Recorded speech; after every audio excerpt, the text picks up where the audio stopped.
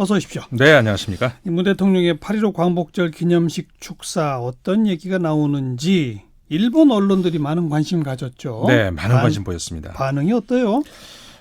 주요 언론 또 방송 매체들 그 문재인 대통령의 광복절 기념연설 관련한 보도를 전부 내놨는데요. NHK 방송은 그 15일 저녁 7시 뉴스에서 네 번째 꼭지로 문재인 대통령의 광복절 기념사를 보도를 했습니다. 예.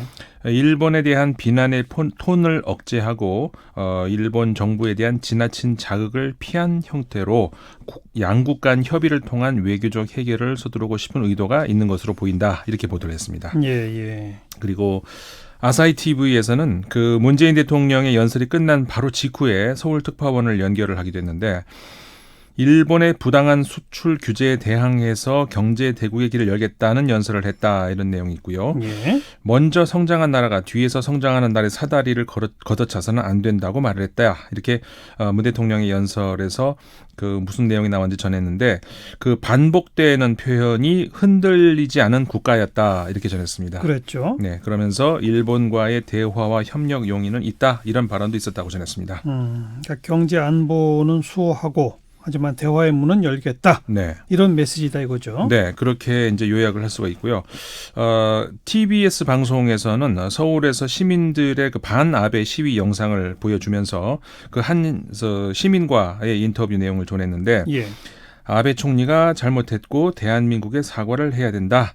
일본 국민들은 문제없다. 정치인들이 문제다. 이렇게 말하는 시민의 목소리를 그대로 전하기도 했습니다. 예.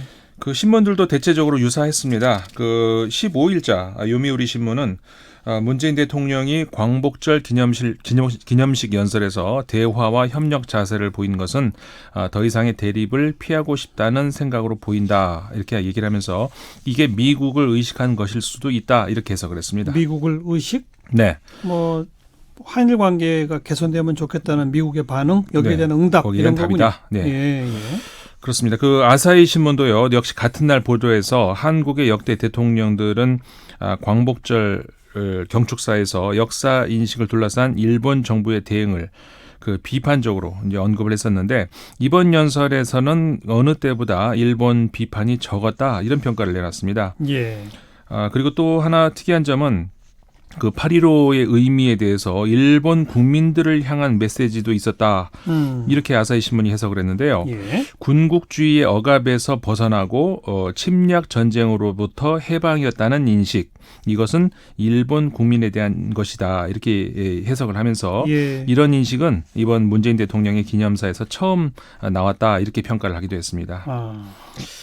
그리고 마인지 신문 역시 같은 날 보도인데요.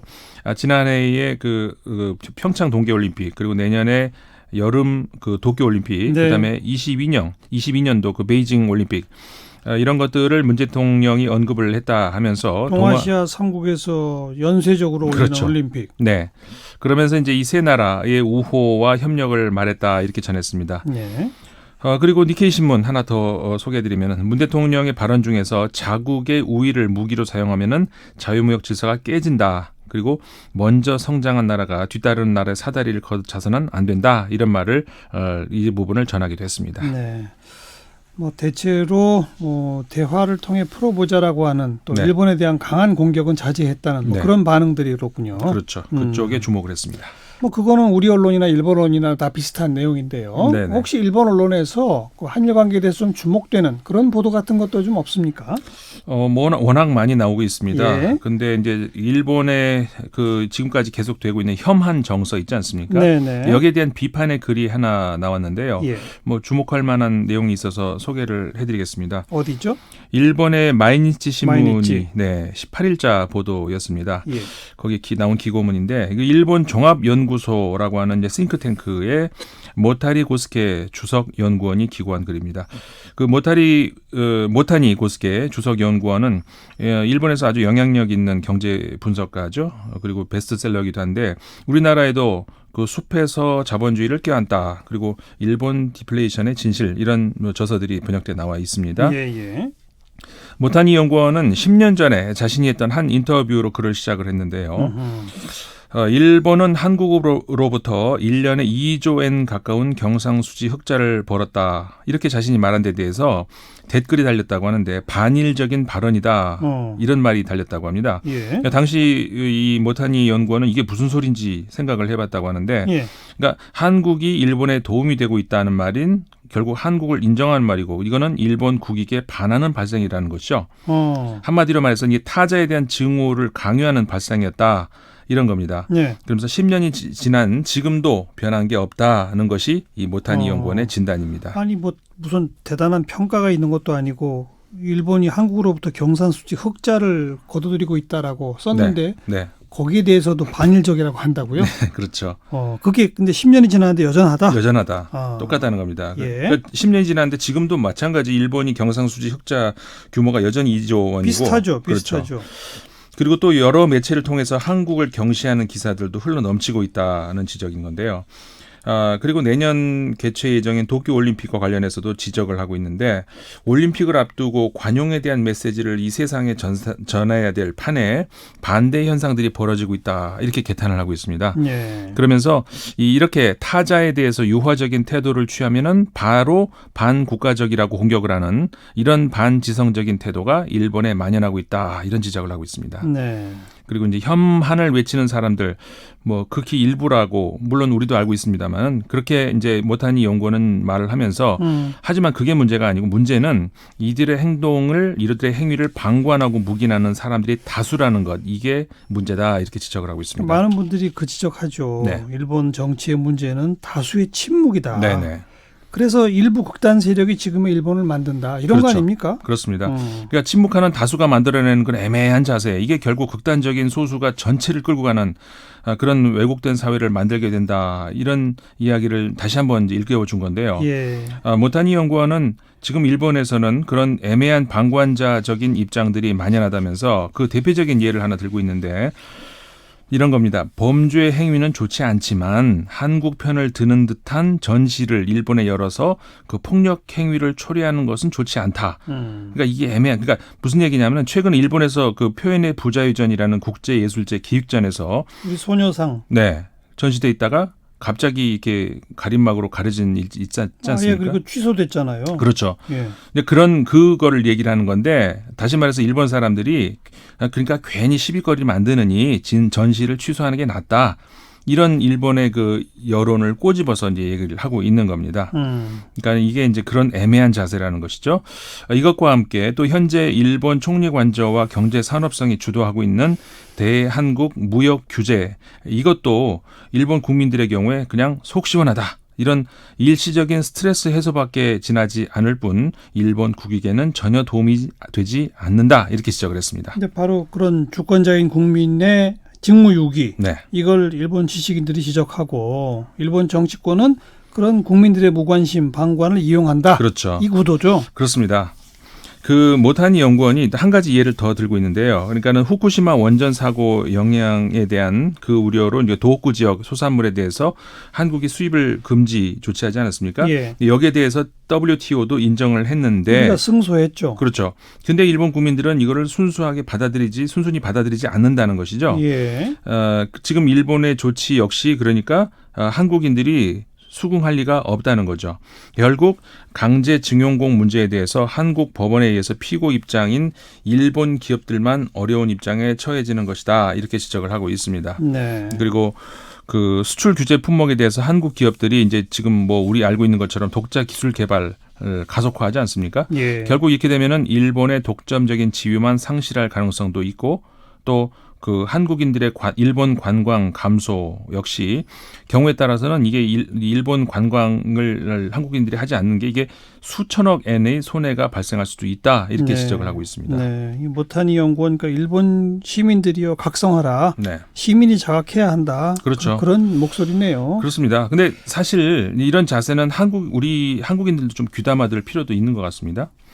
지금 뭐 한일 관계에서 벌어지고 있는 문제에 대해서 우리가 이제 저항을 하고 있는 거 이건 뭐 정당한 방어라고 할 수가 있지만은 예. 간혹 그 맹목적인 증오를 부추겨 가지고 그러니까 꼭 이 타국을 대상으로뿐만 아니라 우리 자국 내부에서도 이 다른 생각을 하고 있는 사람에 대해서 증오에 기댄 자기 표현과 주장 이런 건 결국 사회를 후퇴시키는 것밖에 되지 않는다. 예. 이 점을 좀 귀담아 들을 필요가 있는 것 같습니다. 예.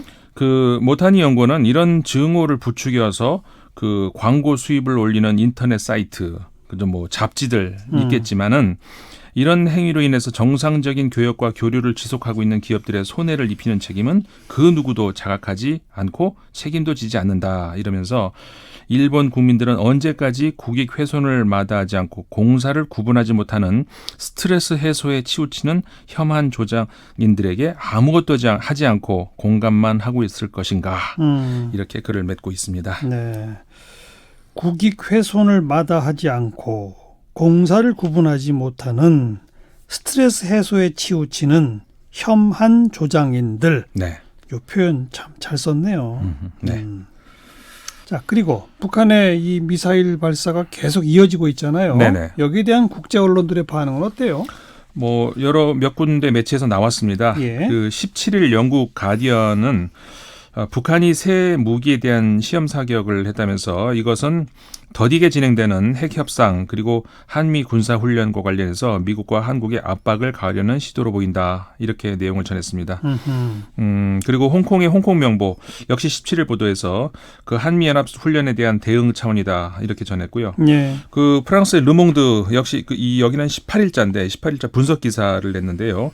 그 북한이 문재인 대통령에 대한 비난을 쏟아냈다고 전하면서 한국이 이중 플레이를 하고 있다. 그리고 국방비를 증액하고 남북 간의 그 경제 협력에 진전을 보이지 않는 것에 대한 불평을 하는 것이다. 이렇게 전했습니다. 예.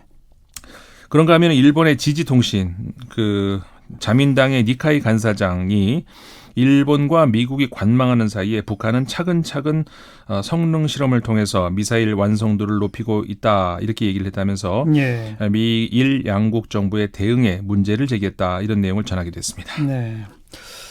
자, 다음 문화 얘기 좀 해볼까요? 네.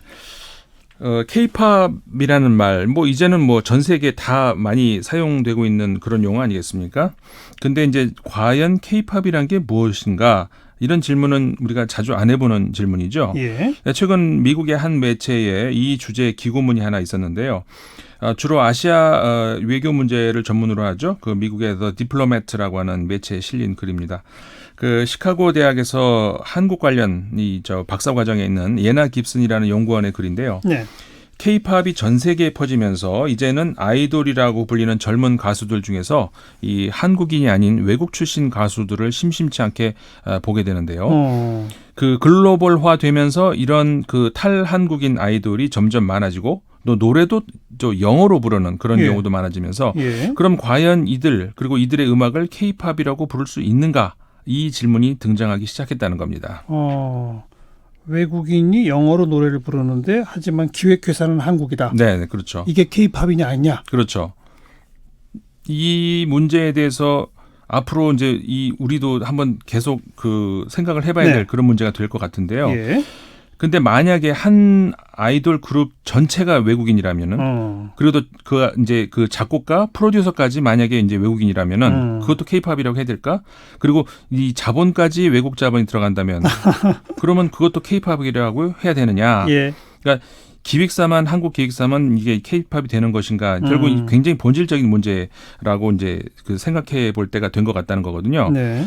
사실 뭐 저도 이거 기사를 보면서 이런 생각 들었습니다. 과거에 그 프랑스의 대중음악을 샹송이라고 부르는 그렇죠. 또 이탈리아 또 칸소네 이런 게 있었지 않습니까? 이게 하나의 장르화 되다시피 했었는데 예. 뭐 대중문화가 이제 완전히 글로벌화된 지금 이런 장르가 완전히 사라진 것이 아닌가 이런 생각을 하게 된다는 것이죠. 그러니까 K-팝이 한국에서만 만드는 뭔가 독특한 장르로서 자기 정체성을 유지하지 못하면 네. 결국 이것도 언젠간 사라지는 거 아니냐? 그렇죠. 그 문제를 생각하게 되는 그런 예. 기고문입니다. 예.